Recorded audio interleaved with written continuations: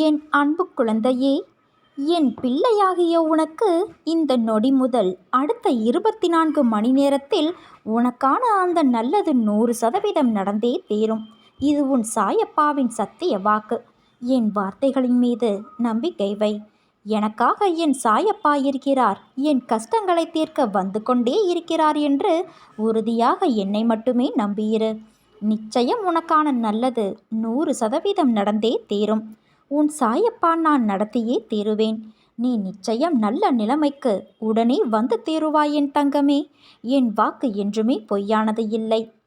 எப்பொழுது எனது பக்தர்கள் ஆகிவிட்டாயோ அது முதலே அனுதினமும் உன்னிடத்தில் அடிக்கடி வெவ்வேறு வடிவில் வந்து பிச்சை கேட்டு உனது தீவினைகளை நான் தானமாக பெற்று உனக்கு நன்மை செய்ய ஆரம்பித்து விடுவேன்.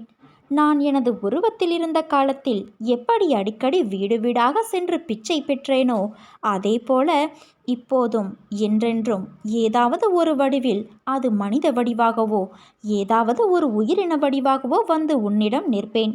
இதை புரிந்து கொண்டு உன்னால் முடிந்தவற்றை நீ அனுதினமும் செய்து வரும்போது உன் வேண்டுதல்கள் வெகு சீக்கிரமாக நிறைவேறும். நம் பாவங்களை வெகு சீக்கிரம் அளிப்பது நாம் செய்யும் தர்மம்தான். நாம் இந்த உருவத்தால் செய்த பாவங்களை இந்த உருவத்தாலேயே அழிக்க வேண்டும். அது உன் கையில்தான் இருக்கிறது. உன் மனதை ரணப்படுத்திய பல தோல்விகளும் சில அவமானங்களும், அதை நினைத்தால் இன்றும் கண்ணீர் வரும். மகளே, மகனே, கவலைப்படாதே. உன் இதயத்தின் சத்தம் எனக்கு நன்றாக கேட்கிறது. நீ வடித்த கண்ணீரும் நீ பட்ட அவமானங்களும் நீ பெற்ற விருதுகள் நாளைய வெற்றியின் உரங்களாகும்.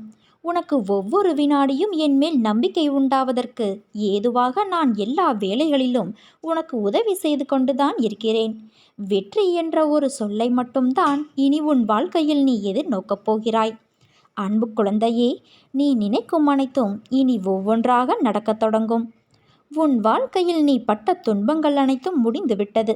இனி நீ உன் வாழ்க்கையில் எடுத்து வைக்கும் ஒவ்வொரு அடிக்கும் மிக நல்ல பலன்கள், அர்த்தங்கள் உண்டு.